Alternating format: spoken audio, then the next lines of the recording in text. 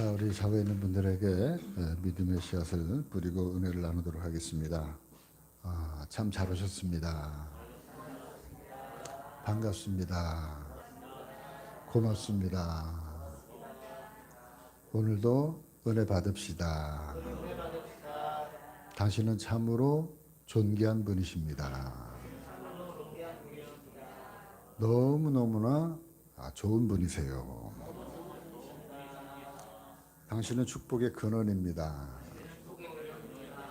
통로입니다. 만남의 복도 많습니다. 형통의 복도 있습니다. 당신의 삶은 이미 성공했습니다. 믿습니까? 오늘 말씀의 제목이 들어있는 구절이 레위기 26장 12절 말씀 다시 한번 읽어볼까요? 한번 읽겠습니다. 나는 너희 중에 행하여 너희의 하나님이 되고 너희는 내 백성이 될 것이니라. 저와 여러분들은 누구라고요? 누구 백성이에요? 하나님의 백성이다. 이게 저와 여러분들의 정체성이에요. 정체성. 그러니까 우리가 정체성이 흔들리지 않아야 돼요. 내가 누구인가? 내 정체가 도대체 무엇인가? 저와 여러분들은 하나님의 백성이다. 그리고 우리의 왕, 주인, 우리의 구주는 바로 하나님이시다. 이게 흔들리지 않으면 어떠한 힘이 든 어려움이 있더라도 우리는 이겨나갈 수가 있어요. 하나님이 사람을 창조하시고 그들에게 생육하고 번성하고 충만하고 정복하고 다스려라, 이렇게 하나님이 사람에게 권능을 주셨어요. 그러니까 여러분, 참 사람이 연약한데 강한 그러한 짐승들을 사람들이 통치하는 거예요. 여러분, 사람이 가지고 있는 이 권능은요, 만물들이 다 그 사람 앞에 복종하게 되어져 있어요.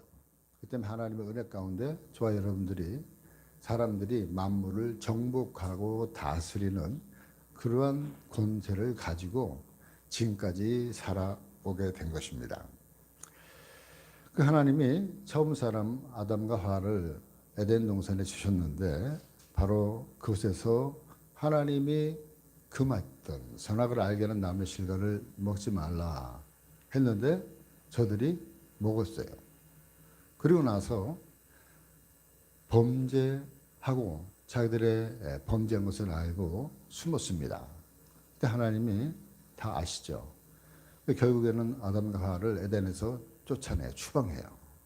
그래서 그곳에서 누리고 있었던 모든 복을 다 잃어버려요.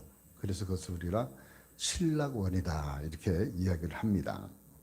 사람들이 이제 저주를 받고 힘들게 살다가 결국에는 죽게 되어지는 그러한 그 인생이 되어진 거죠. 그런 죽음과 흑암의 그 권세 아래 살아가던 사람들에게 하나님은 한 줄기 빛을 보내주셨습니다. 그 사람들이 잃어버렸던 그 신락원을 다시 복원시키고 재생시키고 회복시킬 수 있는, 그래서 타락 이전 때와 같이 하나님이 직접 통치하고 다스릴 수 있는, 다스리는 그러한 그 나라를 하나님이 다시 재건하시려고 하나님께서 구원의 계획을 세우셨습니다. 바로 그 구원의 계획이 바로 이 성경을 통해서 우리에게 말씀해 주고 있는 거예요. 그래서 처음 사람들에게 주셨던 5가지 복, 생육하고 번성하고 충만하고 정복하고 다스리는 그 축복을, 잃어버렸던 축복을 다시 회복시키고자 하나님께서 계획하셨습니다. 그리고 그 축복을 누리도록 하셨는데 그 조건이 있어요. 그 조건이 있는데 그 조건이 뭐냐면 오늘 말씀 3절이에요. 3절. 3절 말씀 한번 읽어볼까요? 다 같이 3절 말씀 시작.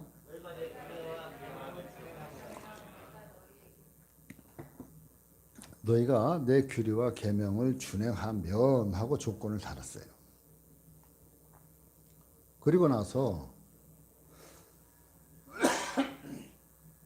4절부터 13절까지 6가지의, 크게는 6가지, 적게는 5가지의 복, 아까 말씀드렸던 그러한 그 복과 비슷한 복을 다시 하나님께서 말씀해 주시고 보장해 주시고 약속해 주고 있습니다. 여러분들, 구원은 믿음으로 받아요. 여기 뭐라고 그랬어요? 의인은 오직 믿음으로 살리라. 이 살리라는 죽었다가 다시 살아나는 거예요. 믿음으로 살아나는 거예요. 우리 그리스도인들은 예수 그리스도가 부활의 첫 열매가 되어진 것을 우리가 믿고 그 믿음으로 두 번째, 세 번째 열매가 되어지는 것을 저와 여러분들이 믿는 거예요. 그 믿음으로 구원을 받아요. 행위로 받지 않아요, 구원은. 그러나 축복만큼은 행함으로 받게 되어지는 것이에요. 이것이 성경에서 말씀하고 있는 불변의 법칙입니다. 출애굽기 15장 26절 말씀에도 보면 이르시되 너희가 너희 하나님 나 여호와의 말을 들어 순종하고 내가 보기에 의를 행하며 내 계명의 귀를 기울이며 내 모든 규례를 지키면 내가 애굽 사람에게 내린 모든 질병 중 하나도 너희에게 내리지 아니하리니 나는 너희를 치료하는 여호와니라. 하나님의 규례를 지키면 모든 질병 가운데서도 우리에게 내리지 않겠다. 믿습니까? 신명기 6장 3절 말씀, 이스라엘아 듣고 삼가 그것을 행하라. 그리하면 내가 복을 받고 내 조상들의 하나님 여호와께서 내게 허락하신 것 같이 젖과 꿀이 흐르는 땅에서 내가 크게 번성하리라.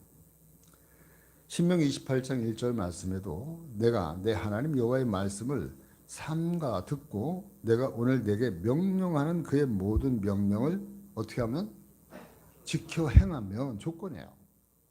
그러면 어떻게 된다고요? 내 하나님 여호와께서 너를 모든 민족 위에 뛰어나게 하실 것이라. 아멘.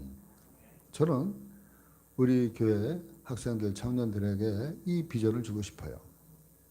이 말씀의 비전을 여러분들이 가슴에 품으실 때 여러분들이 세계 모든 민족 위에 뛰어나게 되어지는 그러한 은혜를 하나님으로부터 입게 되어질 줄 믿습니다. 열왕기상 3장 14절 말씀에도 보면 내가 만일 내 아버지 다윗이 행한 같이 내 길로 행하며 다같이 내 법도와 명령을 지키면 내가 또 내 날을 길게 하리라. 그러니까 모든 것이 축복이 조건이 충족되어졌을 때 복이 찾아오게 되어지도록 하나님이 그런 축복의 시스템을 만들어 놓은 거예요. 이와 같이 내 법도와 명령을 행할 때, 준행할 때 주시는 첫 번째 축복이 뭐냐면 의식주의 보장이에요. 의식주의 안전 보장을 약속해 주시고 있어요. 레위기 26장 4절 5절 말씀, 내가 너희에게 철따라 비를 주리니 땅은 그 산물을 내고 밭에 나무는 열매를 맺으리라. 너희의 타작은 포도 딸 때까지 미치며 너희의 포도 따는 것은 파종할 때까지 미치리니 다같이 너희가 음식을 배불리 먹고 너희의 땅에 안전하게 거주하리라. 첫 번째 복이 뭐라고요? 의식주의 보장, 의식주의 안전 보장. 하나님께서 분명하게 말씀을 하고 있죠. 너희가 음식을 배불리 먹고 너희의 땅에 안전하게 거주하리라. 여러분, 모든 농사가 풍년이 될 수 있도록 철따라 비를 내려주시겠다고 하나님이 자연의 섭리를 다스려 주시겠다고 약속하고 있는 거예요. 그 만물의 통치자, 만물을 다스려 운행하는 전능하신 분, 그분께서 말씀하실 때 모든 농사들, 논농사든 밀농사든 밭농사든 과수농사든 포도농사든 할 것 없이 모든 농사가 풍성한 열매를 맺도록 하나님께서 축복해 주시겠다. 그래서 너희가 음식을 배불리 먹고 너희 땅에 안전하게 거주할 수 있도록 해 주시겠다.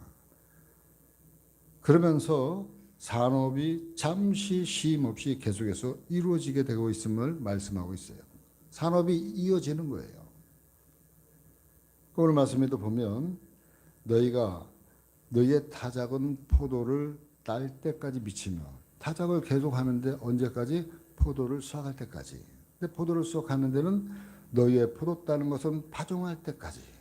그러니까 끊임이 없는 거예요. 계속해서 끊김이 없이 산업이 원활하게 돌아가도록 만들어 주신다. 때를 따라 모든 산업이 흥황하도록, 발전하도록 하나님이 약속해 주시고 있어요. 여러분들의 삶을 한번 되돌아보세요. 우리가 하나님의 말씀을 잘 따르고 길을 지키고 행할 때 나의 삶은 굉장히 하나님께서 의식주에 대한 그러한 그 안전을 보장해 주었습니다. 뿐만 아니라 지금이나 예전이나 국가나 개인의 모두에게 동일하게 성취되어지는 이 진리의 말씀이에요. 여러분 지구상에서 볼 때 북위 40도 이상의 대부분의 나라들이 선진국이에요.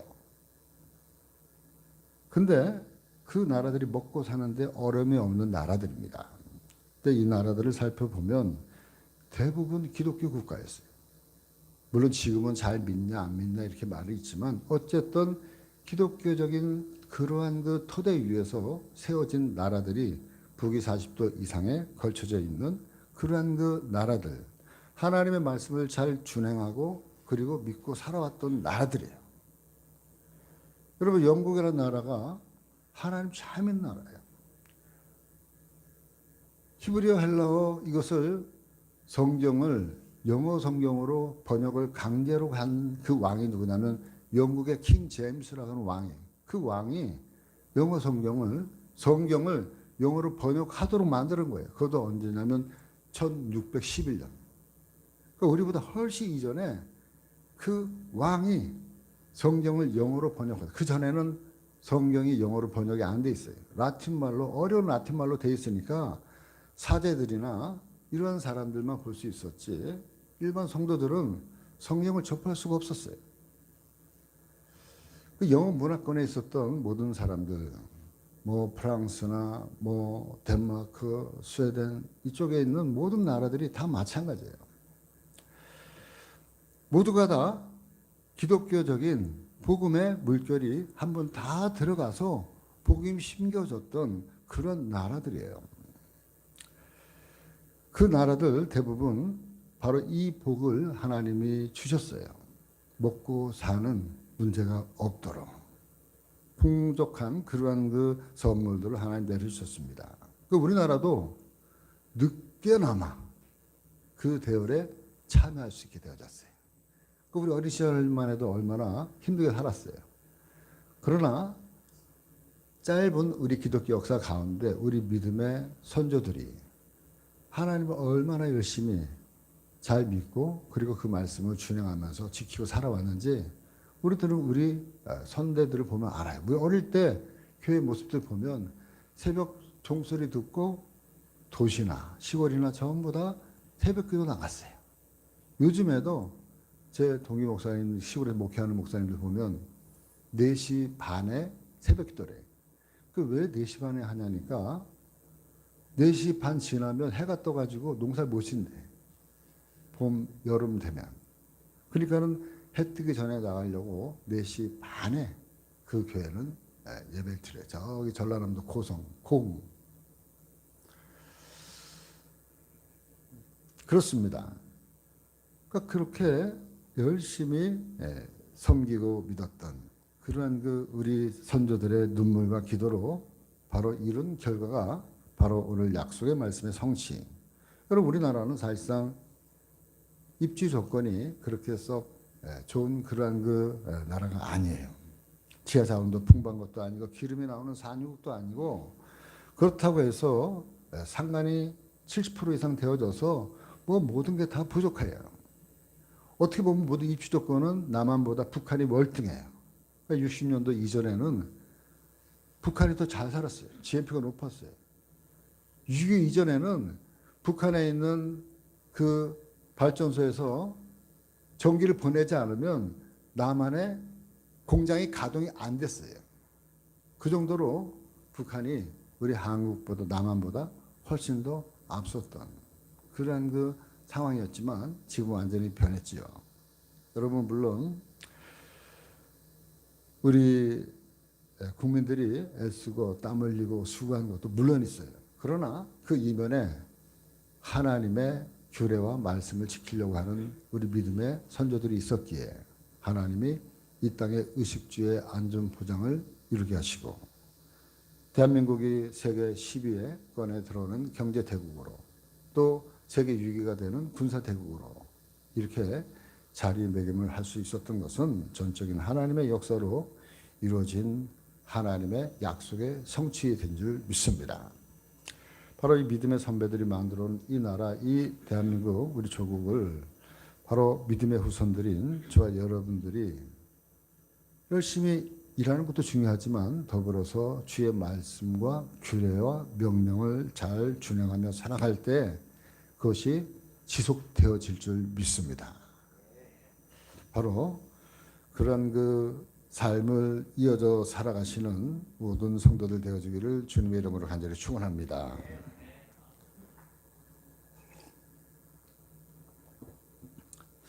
주의 규례와 계명에 대해서 그 계명을 행하며 지키는 자에게 주시는 두 번째 그 선물이 있어요. 두 번째 선물은 평화에 대한 보장을 약속하고 있습니다. 오늘 말씀 6절 말씀, 내가 그 땅에 뭘 준다 그랬어요? 평화를 줄 것인즉 너희가 누울 때 너희를 두렵게 할 자가 없을 것이며 내가 사나운 짐승을 그 땅에서 제할 것이고 칼이 너희의 땅에 두루 행하지 아니할 것이며 이렇게 말씀해 주고 있습니다. 너희가 누울 때 너희를 두렵게 할 자, 사나운 짐승, 칼 이런 그 단어들이 나옵니다. 이런 단어들은 전쟁을 연상케 하는 그러한 그 단어들이에요. 여러분 이 세상은 바로 세상의 역사는 전쟁의 역사라고 해도 과언이 아니에요. 여러분 누구를 상대방을 죽여야지만이 내가 생존할 수 있는 생존 경제의 사회가 바로 세상이에요. 그러니까 언제 어떤 적이 어떤 상황으로 공격해 올지 모를 그런 그 불안한 시대에 살고 있는 겁니다.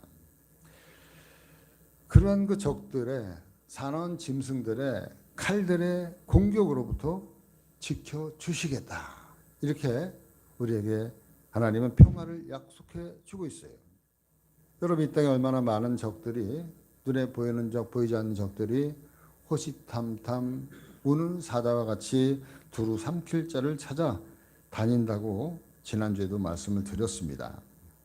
그럼에도 불구하고 우리가 주의 규례와 주의 율법을 잘 준행하면 우리가 지켜 행하기만 하면 바로 이 모든 외부로부터의 전쟁 또 열악한 환경과의 싸움 또 우리 내면의 심령의 두려움 이런 그 우리의 평화를 깨트리는 내적인 또 외적인 환경적인 이러한 그 모든 요인들로부터 저와 여러분들의 심령이 한없이 평화스럽도록 하나님께서 지켜주시겠다고 말씀해 주고 있는 것입니다.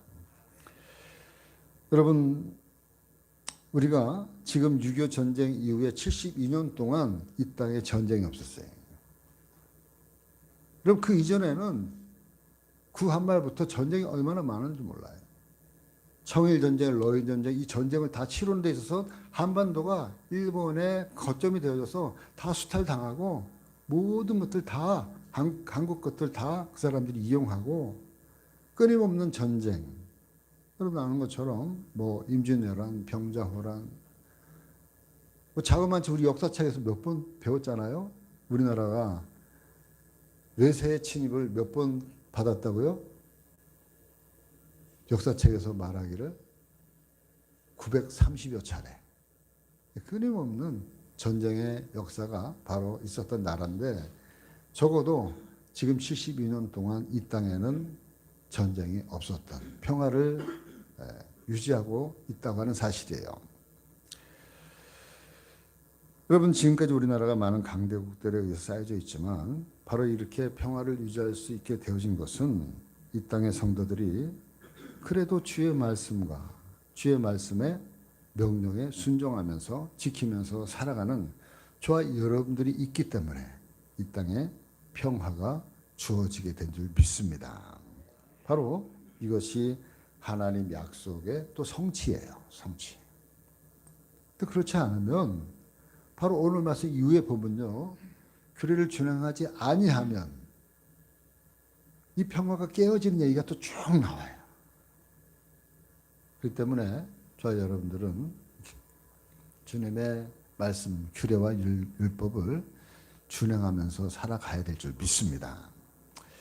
세 번째 평화에 대해서 이제 평화에 이어서 세 번째 보장은 승리에 대한 보장이에요. 승리에 대한 보장. 레위기 26장 7절 8절 말씀. 너희 원수들을 쫓으리니 그들이 너희 앞에서 칼에 엎드러질 것이라. 또 너희 다섯이 백을 쫓고 너희 백의 만을 쫓으리니 너희 대적들이 너희 앞에서 칼에 엎드러질 것이며. 이런 이 말씀만 보면 얼마나 신나는 싸움인지 몰라요. 엄청난 권세를 하나님 저와 여러분들에게 주셨어요. 하나님의 백성들에게 특권을 주셨어요. 바로 하나님 나라에 속했기 때문에 받은 특권이에요. 얼마나 좋은 특권인지 몰라요. 바로 오늘 말씀을 통해서 내가 이 권세를 가지고 있는 사람이구나. 이것을 깨닫기를 주님의 이름으로 간절히 축원합니다. 여러분, 하나님께서 우리를 위해서 대신 싸워주시기 때문에 우리가 이길 수 있는 거예요. 저와 여러분들의 소속이 하나님 나라 소속이기 때문에 그 소속된 나라에서 그 백성을 책임지는 거예요. 저와 여러분들이 대한민국이라고 하는 이 국민이기 때문에 대한민국에서 정부에서 저와 여러분들을 그래도 보호해 주는 거예요. 그 대한민국 국격이 얼마나 높아졌는지 몰라요. 대한민국 시민 되는 것, 주민등록증 받는 것이 얼마나 어려운지 몰라요. 그런데 제가 한번 말씀드렸죠. 그래서 외국에서 일하러 오신 분들, 또 결혼해서 사는 분들, 이런 분들이요, 한국 국적 따려고 하면 너무너무 어려워요. 상급 공무원 이상 두 사람이 신상 보증을 서줘야 돼요. 여러분, 상급 공무원 이상 두 사람이 보증 서준다는 게 쉽지 않아요. 어려워요. 그만큼 대한민국이 국격이 높아졌기 때문에 그 백성들을 지켜주고 보호해 주는 것처럼 바로 하나님의 나라 백성인 저와 여러분들을 하나님께서 지켜주시는 거예요. 하나님께서 대대로 아말렉과 싸워서 하나님이 싸워주시겠다. 그분이 우리를 위해서 대대로 싸워주시는 분이기 때문에 우리가 승리할 수 있다는 겁니다. 출애굽기 17장 16절 말씀, 지난주에도 말씀드린 말씀이에요. 이르되 여호와께서 맹세하시기를 여호와가 아말렉과 더불어 대대로 싸우리라 하셨다 하였더라.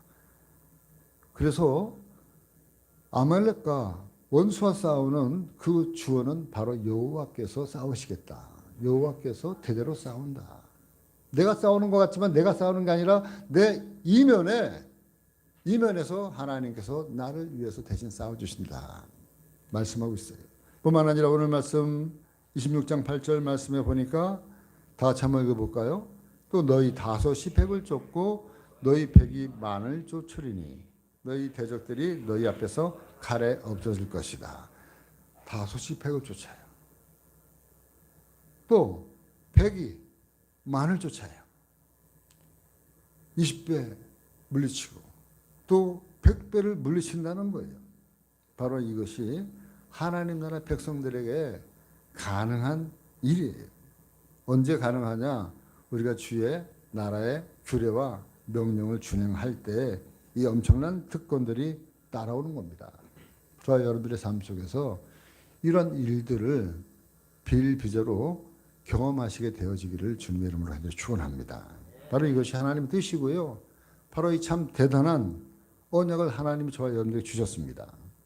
왜냐하면 하나님은 전능하신 통치권자가 되기 때문에 당신의 백성들을 위해서 이렇게 끝까지 승리를 보장해 주고 있는 거예요. 이어지는 네 번째 선물 뭐냐면 번성함과 창대함을 보장해 주고 있다. 레위기 26장 9절 말씀에 보니까 내가 너희를 돌보아 너희를 어떻게 한다고요? 번성하게 하고 너희를 장대하게 할 것이며 내가 너희와 함께한 내 언약을 이행하리라. 이렇게 또 약속해 주고 있어요. 오늘 여러분 이러한 축복들을 여러분들이 다 내 것으로 받아 누리시기를 주님의 이름으로 간절히 축원합니다. 이 약속은요, 하나님이 천지를 창조하시고 사람을 창조하신 후에 사람에게 주신 축복의 언약의 말씀이에요.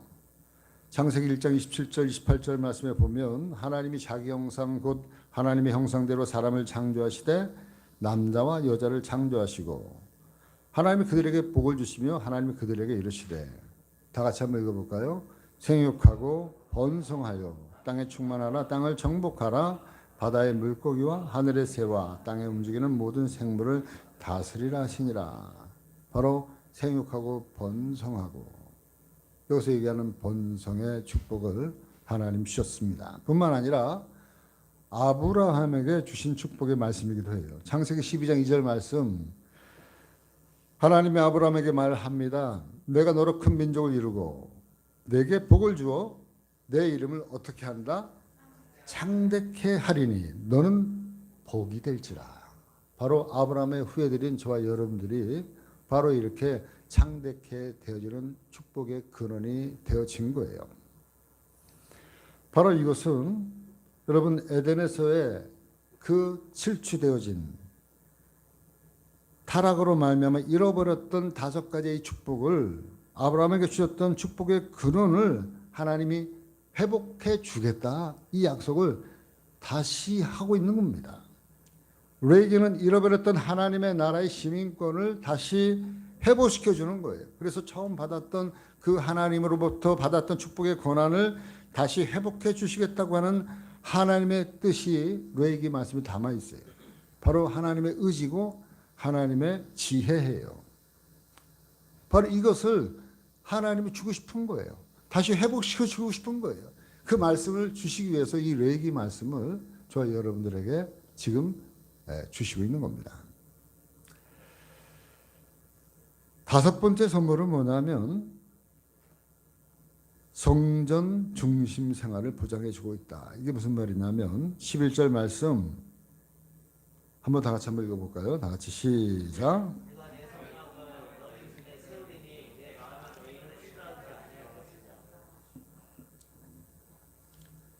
내가 내 성막을 너희 중에 세우리니 내 마음이 너희를 싫어하지 아니할 것이며. 이 말은 뭐냐면 하나님께서 이 백성들 가운데로 오셔서 백성들과 직접 만나 주시겠다. 우리 하나님께서 백성들 가운데로 성막을 짓게 하고 그 이스라엘 백성들 가운데 그 성막을 통해서 백성들이 하나님 앞에 나올 수 있도록 만나 주시겠다. 그렇게 하는 것은 내 마음이 너희를 싫어하지 아니할 것이다. 이렇게 이야기를 하고 있어요. 이 말씀은 그동안 어떻게 했다는 거예요? 하나님이 그동안 백성들을 마음으로 싫어했다는 거예요. 왜 싫어했을까요? 저들이 죄악을 저지르기 때문에 위에서 보고 있으니까 너무 하는 짓들이 죄악으로 가득 차 있기 때문에 죄악된 삶을 살고 있기 때문에 하나님 위에서 보기에 꼴 보기가 싫은 거예요. 야, 진짜 너희들 보기 싫다. 내 마음이 너희들 보기에 너무 마음이 싫다. 근데 그 싫은 마음이 거둬졌다는 거예요. 거둬진다는 거예요. 왜요? 이제는 주의 백성들이 돌아와서 어쨌든 과거로부터 이제는 돌아와서 하나님의 말씀대로 살려고 하는 그 모습을 보니까 하나님의 마음이 풀린 거예요. 하루아침에 그것이 다 풀어질 수는 없지만 그래도 돌아와서 하나님 말씀대로 살려고 하는 그 모습을 보니까 하나님 볼 때 시키는 대로 사니까 하라는 대로 하니까 하나님의 마음이 이제 풀리면서 조금씩 싫어하는 마음보다도 좋아하는 마음, 기뻐하는 마음, 좋은 마음들이 생기는 거예요. 여러분 자녀들도 늘 좋기만 하진 않잖아요. 때로는 말 안 듣고 할 때는 아유 저 녀석 한 대 때려주고 싶다. 어? 그런 그 마음들, 참 싫어하는 마음들이 순간순간 생겨지기도 해요. 언제 때 그럽니까? 자녀들이 부모 마음에 거스릴 때 싫어하는 마음이 생기는 거예요. 우리 하나님도 똑같아요. 그런데 자녀들이 부모의 말씀에 부모님 말씀을 잘 듣고 순종하고 그리고 따르면 어때요? 뭐 하나라도 더 주고 싶잖아요. 그 미웠던 마음이 싹 사라지잖아요. 얼마나 이쁜지 몰라요. 얼마나 기쁜지 몰라요. 왜요? 자녀들이 부모님 말씀에 듣고 준행하면서 살아가니까. 우리 하나님 말씀이에요. 마음이에요. 그러니까 우리 가운데 이제는 들어와 살겠다. 너희 가운데 내가 직접 들어가겠다 이렇게 말씀하시는 거예요. 바로 구약 성경에는 성막을 지으라고 말씀하셨지만 사실상 이것은 우리에게 모형으로 보여준 거고요. 우리 안에 있는 마음의 성전을 얘기하고 있는 거예요. 누구에게나 우리의 마음 중심에 하나님의 성전이 있는 거예요. 하나님 우리 마음 중심에 하나님 모셔드리고 그분의 통치함과 그분의 다스림을 받겠습니다라고 우리가 그분을 모셔드리면 이미 우리 안에 하나님의 성전이 이루어진 거예요. 하나님의 통치를 받게 되어지는 새롭게 하나님의 나라가 저와 여러분들의 삶을 통해서 형성되어진 거예요. 바로 그 모형을 레위기라고 하는 이 말씀을 통해서 시각적으로 시청각적으로 역사적으로 보여주는 거예요. 왜 하나님이 굳이 이스라엘 백성들의 중심에 성막을 만들게 하고 거기서 제사를 드리고 예배를 드리게 했느냐? 만나주시려고, 회복시키려고. 그래서 바로 고린도전서 3장 16절에 사도 바울이 이것을 깨닫고 나서 이렇게 얘기를 한 겁니다. 너희가 하나님의 성전인 것과 하나님의 성령이 너희 안에 계시는 것을 알지 못하느냐. 누구든지 하나님의 성전을 더럽히면 하나님이 그 사람을 멸하시리라. 하나님의 성전은 거룩하니 너희도 그러하니라. 이게 보이는 성전에서 보이지 않는 마음의 성전으로 바뀐 거예요. 애시당초 하나님이 말씀하고자 하는 것은 우리 마음의 성전을 통해서 하나님의 나라를 각 개개인 마음속에서 다스리고 통치하도록 하나님이 계획하신 거예요. 그래서 하나님의 나라를 이루도록 성령을 부어주시겠다 약속하시고 그리고 성령을 부어주심으로 말미암아 저와 여러분들의 마음속에 이제는 내주하시는 성령을 통해서 하나님의 말씀을 듣고 준행하면서 살 수 있도록 하나님께서 계획하신 겁니다. 여러분 이제 끝으로 하나님이 규례와 계명을 잘 지켜 준행하면 주시는 6번째 그 선물이 있는데 그 선물이 뭐냐면 자유에 대한 선물이에요. 자유. 이것이 무슨 말이냐. 오늘 말씀 13절 말씀 레위기 26장 13절 말씀인데 다 같이 한번 읽어보겠습니다. 다 같이 시작.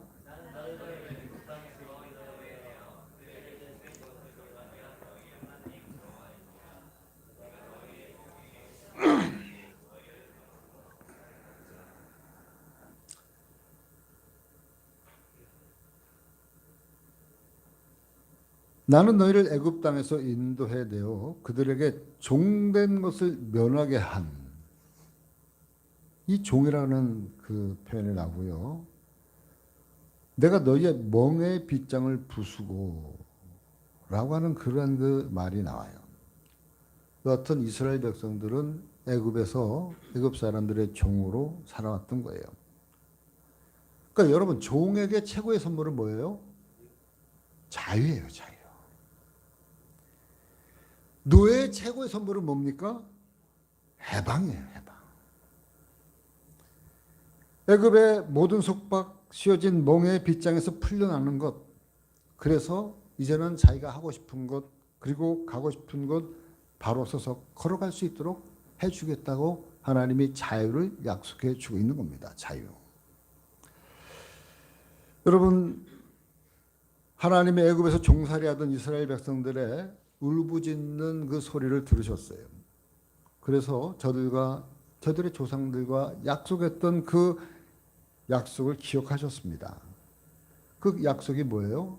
저들을 끌어내서 약속의 땅인 가나안으로 내가 이끌어 가겠다고 하는 것이 저들의 조상들과 언약한 것을 하나님이 기억하셔서 이스라엘 백성들이 결국에는 그 약속대로 애굽에서 건져냄을 받았어요. 그래서 이스라엘 백성들은 자유를 찾았습니다. 저들은 애굽 왕 바로의 노동과 학대에서 벗어났어요. 그래서 이제 해방된 몸이 되었습니다. 누구도 저들을 향해서 이래라 저래라 피라미드를 짓는데 뭐 노동을 해라 마라 할 수 없어요. 이것은 여러분 영적으로 뭘 얘기하고 있습니까? 늘 말씀드리지만 성경에서 애굽하면 어디예요? 세상이에요, 세상.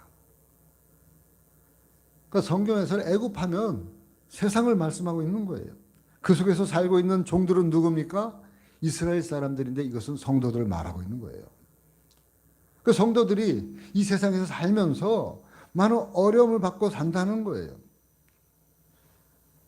많은 핍박 가운데서 산다는 거예요.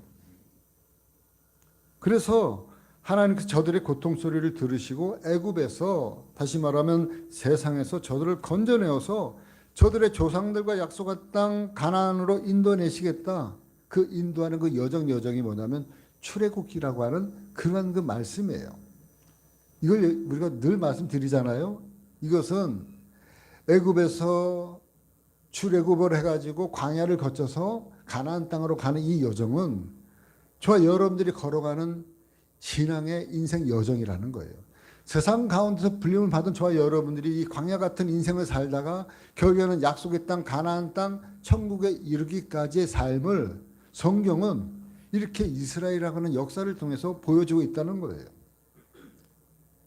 이스라엘 역사를 배우는 게 아니라 내 삶의 인생의 여정을 배우는 거예요. 그 가운데 저와 여러분들을 불러내신 하나님의 인도하심을 우리가 깨닫는 거예요. 그 세상 가운데서 세상 문화와 세상의 풍습과 세상의 여러 가지의 것들을 다 배웠던 우리들이 이제 하나님 나라의 백성이 되어졌기 때문에 하나님 나라 풍습과 관습과 하나님 나라 문물과 문화 속에서 하나님 나라의 시민권자로서 이제는 조금씩 변화져 가고 구별되어져 가는 거예요. 그러니까는 레이기에는 뭐를 먹는 음식, 또 먹지 못하는 음식, 어떤 집은 어떻게 해야 되고, 어떠한 그 문둥병에 걸리면 어떻게 해야 되고, 또 유출병에 걸리면 어떻게 해야 되고, 이런 그 이야기들이 레이기에는 수두룩하게 많이 나와요.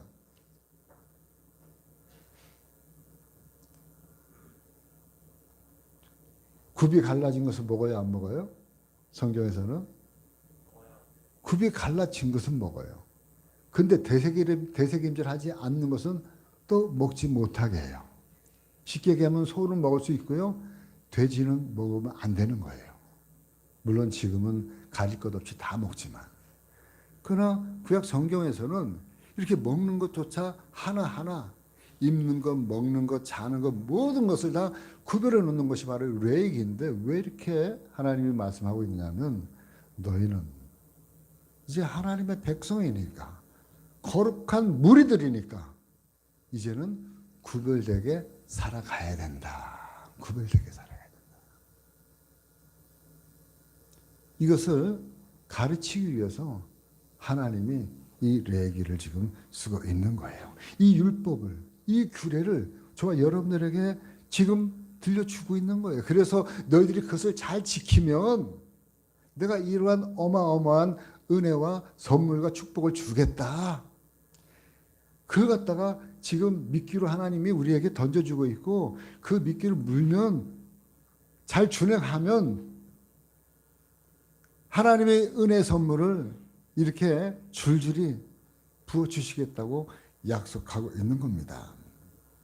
바로 특별한 선물 중에 최고의 선물인 자유를 보장해주고 있다. 자유. 사랑하는 성도 여러분, 여러분은 자유하십니까? 이 자유는 무슨 자유를 말해요? 여러분 누가 지금 묻고 있지 않아요. 여러분들 지금 고랑을 차고 세상을 차고 감옥에 여러분들이 놓고 있지 않아요. 다 자유해요.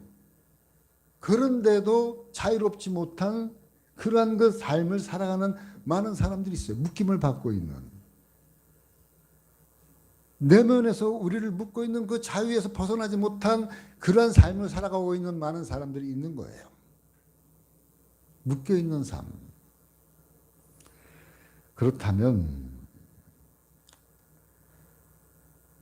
하나님의 규례와 율법을 잘 준행할 때 하나님이 이 자유를 주시겠다. 자유를 보장해 주고 있습니다. 이 자유는요, 종으로부터의 자유예요. 종으로부터. 그 멍에로부터의 자유예요. 멍에. 이것은 뭘 얘기하고 있냐면 한마디로 죄의 종으로부터 꽁꽁 묶여있는 저와 여러분들을 풀어주겠다고 하는 거예요. 여러 가지 저와 여러분들이 알고 지은 죄, 모르고 지은 죄, 그 죄로 인해서 저와 여러분들 꽁꽁 묶어있는 그 마음의 불편함들, 이 억압들, 속박들, 그 모든 멍에들, 그것을 그 메고 있던 모든 빗장들을, 죄의 빗장들을 다 부셔버리고 풀어주겠다. 그래서 자의 몸이 되게 해주겠다. 그래서 이제는 더 이상 움츠러들지 않고 바로 서서 떳떳하고 당당하게 걸어갈 수 있도록 해주시겠다고 말씀하고 있습니다. 여러분, 이 말씀은 구약 성경 외계의 말씀이지만 아까도 말씀드린 것처럼 사도 바울은 이것을 로마서에서 이렇게 이야기를 하고 있는 거예요. 로마서에서 뭐라고 얘기하고 있습니까? 로마서 7장 24절 말씀 한번 읽어보겠습니다. 다 같이 시작.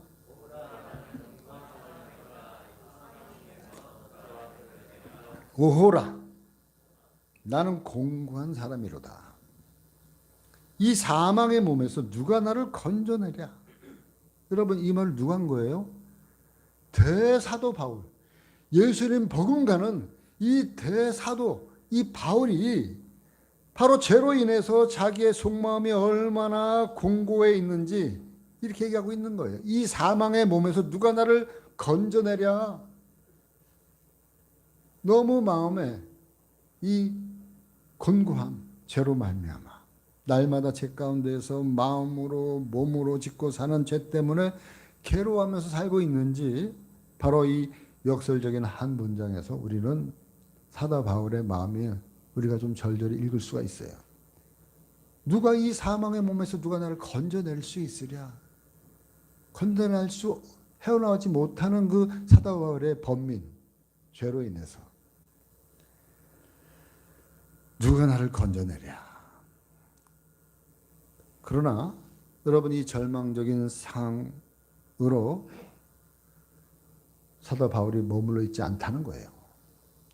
그러한 그 곤고한 가운데에서 일말의 서강의 빛이 조금 떠오르고 있어요.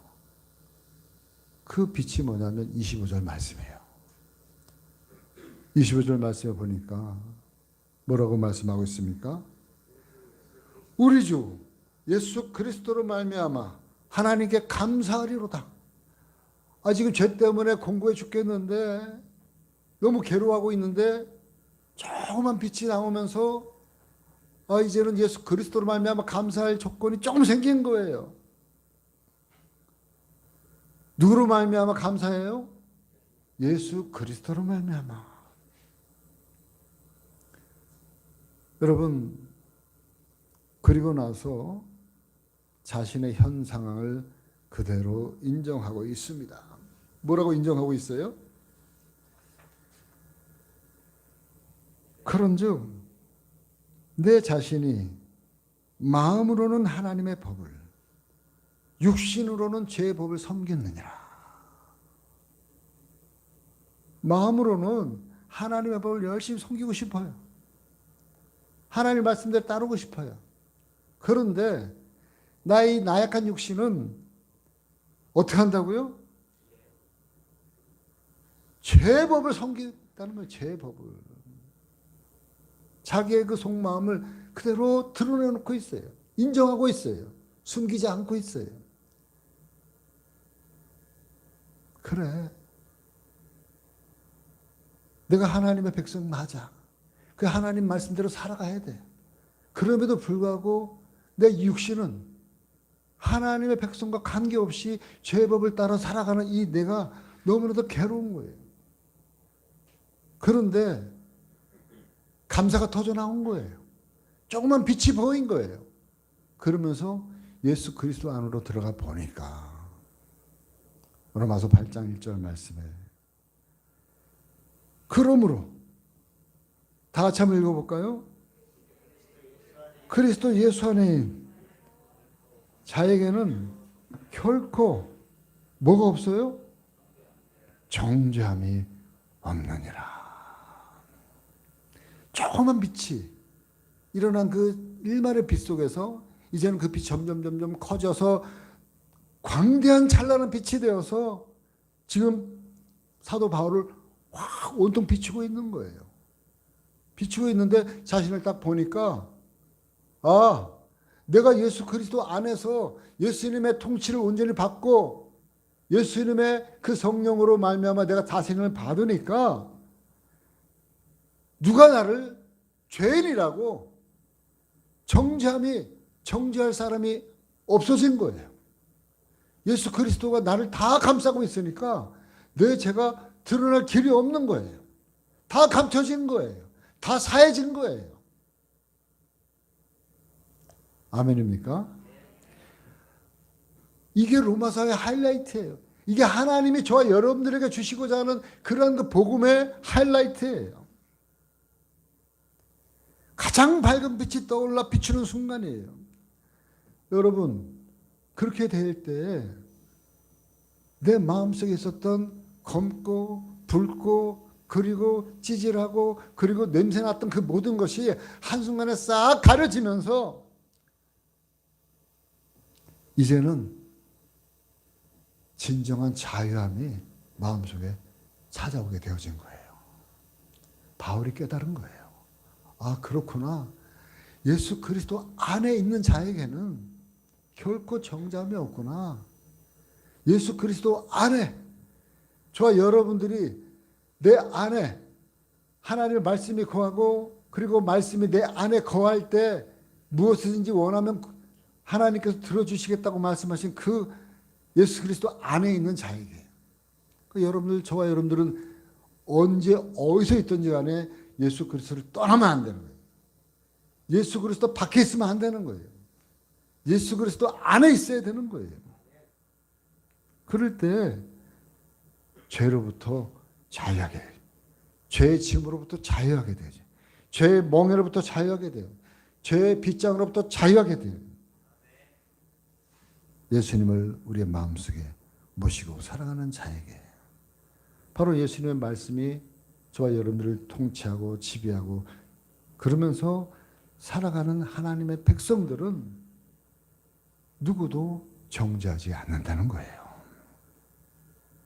한마디로 죄 없음을 선포하고 있어요.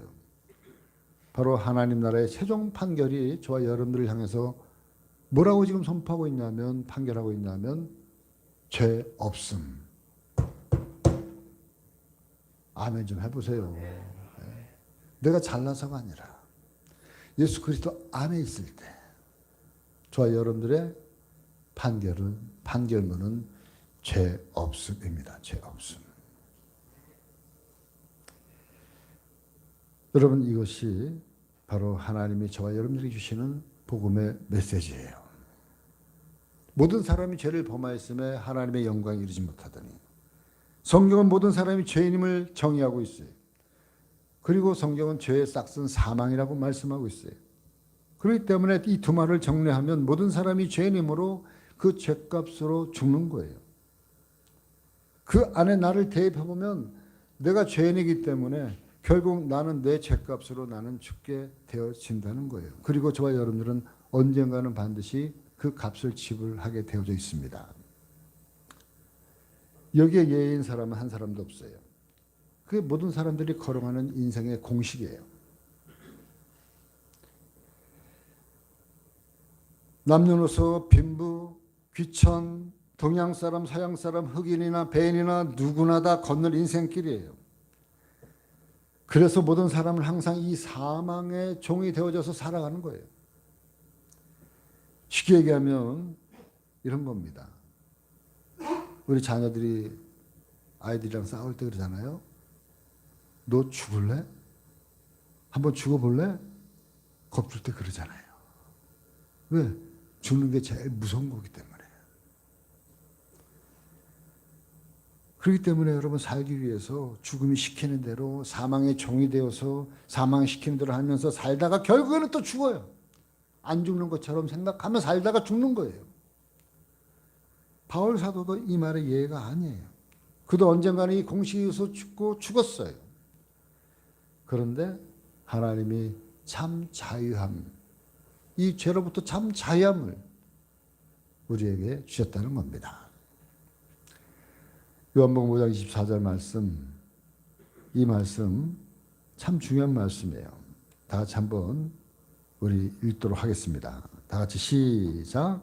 내가 진실로 너에게 이르노니 내 말을 듣고 또 나 보내신 이를 믿는 자는 영생을 얻었고 심판에 이르지 아니하나니 사망에서 생명으로 옮겼느니라.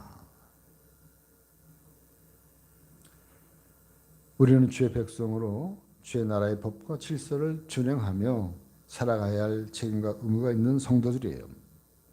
그렇게 살 때 주께서 우리에게 충분한 은혜의 선물을 예비하시고 보장을 약속하셨습니다. 저 여러분들은 주의 백성들이에요. 이제 주의 규례와 율법을 준행하면서 살아가야 합니다. 하나님 나라 시민권자로서 하나님 나라에 우리가 안착할 때까지 바로 서서 걸어가시는 모든 성도들 되어주기를 주님의 이름으로 간절히 축원합니다.